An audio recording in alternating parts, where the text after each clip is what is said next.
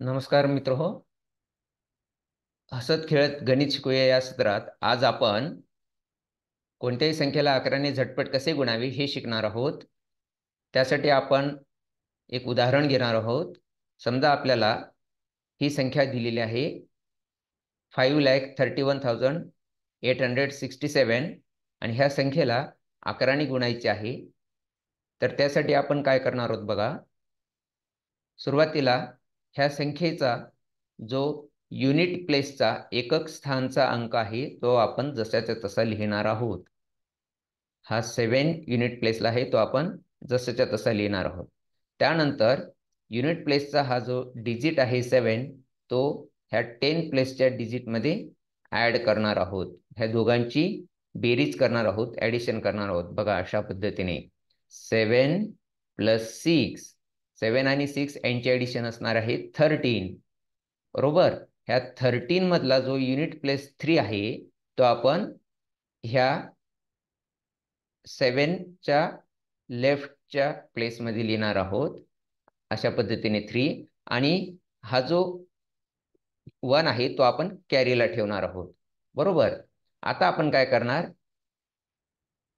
बघा. सुरुवातीला आपण 7 ॲज इट इज ठेवला, नंतर 7 आणि 6 यांची ॲडिशन केली. आता 6 आणि 8 यांची ॲडिशन करणार. बरोबर.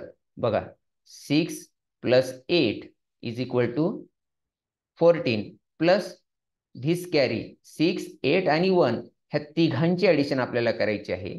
ती आपल्याला मिळणार आहे 6 + 8 + 1 15. ह्या 15चा जो हा 5 युनिट प्लेसचा आहे तो आपण ह्या जागी लिहिणार आहोत आणि पुन्हा हा जो 1 आहे तो आपण पुढच्या स्टेपसाठी कॅरीला ठेवणार आहोत. बरोबर. बघा सुरुवातीला मी 7 ॲज इट इज ठेवला, नंतर 7 आणि 6 यांची ॲडिशन केली 13. त्या 13चा युनिट प्लेस 3 लिहिला आणि 1 कॅरी घेतला. त्याच्यानंतर मी 6 + 8 14 आणि तो 1 कॅरीचा 15 अशा पद्धतीने 15चा 5 युनिट प्लेस इथे लिहिला आणि 1 कॅरीला ठेवला आहे. आता आपल्याला 8 + 1 आणि 1 कॅरीचा अशी आपल्याला ॲडिशन करायची. बघा 8 + 1 + कॅरी 1. 8 + 1 + 1 आहे 10. ह्या 10चा जो युनिट प्लेस आहे 0 तो आपण ह्या जागी लिहिणार आहोत आणि पुन्हा 1 हा कॅरीला ठेवणार आहोत. बरोबर. आता आपण काय करणार आहोत बघा. पुन्हा मी रिपीट करतो. सुरुवातीला 7 युनिट प्लेसचा आपण ॲज इट इज ठेवला. 7 + 6 यांची ॲडिशन जे 7 आणि 6 ची ॲडिशन जी 13 आहे त्याच्यातला 3 युनिट प्लेस इथे ठेवला आणि 1 कॅरीला घेतला.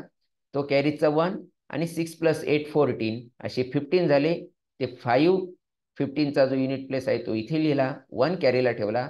आता आपण काय केलंय 8 + 1 + कॅरीचा 1 असे 10.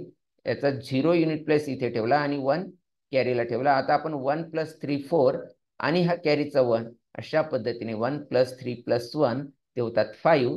ते आपण 5 1 डिजिट नंबर आहे तो आपण ॲज इट इज ठेवला. इथे कॅरी मिळणार नाही. आता आपण फक्त 3 आणि 5 ची ॲडिशन घेणार आहोत कारण इथे कॅरी नाही आहे. बरोबर. 3 आणि 5 ची ॲडिशन असेल 8. तो 8 आपण इथे ॲज इट इज लिहिणार. इथे पण 1 डिजिट नंबर असल्यामुळे 8 ॲज इट इज ठेवणार. इथे कॅरी घेणार नाहीत. आणि आता सर्वात शेवटी हा 5 एकटाच राहिलेला आहे म्हणून तो 5 ॲज इट इज लिहिणार आहोत. बघा आपण काय प्रोसिजर केली. 7 आपण युनिट प्लेसचा ॲज इट इज लिहिला. 7 + 6 यांची ॲडिशन झाली 13. त्याचा युनिट प्लेस 3 आपण इथे लिहिला. 1 कॅरीसाठी ठेवला. नंतर 6 + 8 14 आणि कॅरीचा 1 15. त्याचा युनिट प्लेस 5 इथे लिहिला. 1 कॅरीला ठेवला. नंतर 8 + 1 9 आणि कॅरीचा 1 10. याचा युनिट प्लेस 0 इथे लिहिला. 1 कॅरीला ठेवला.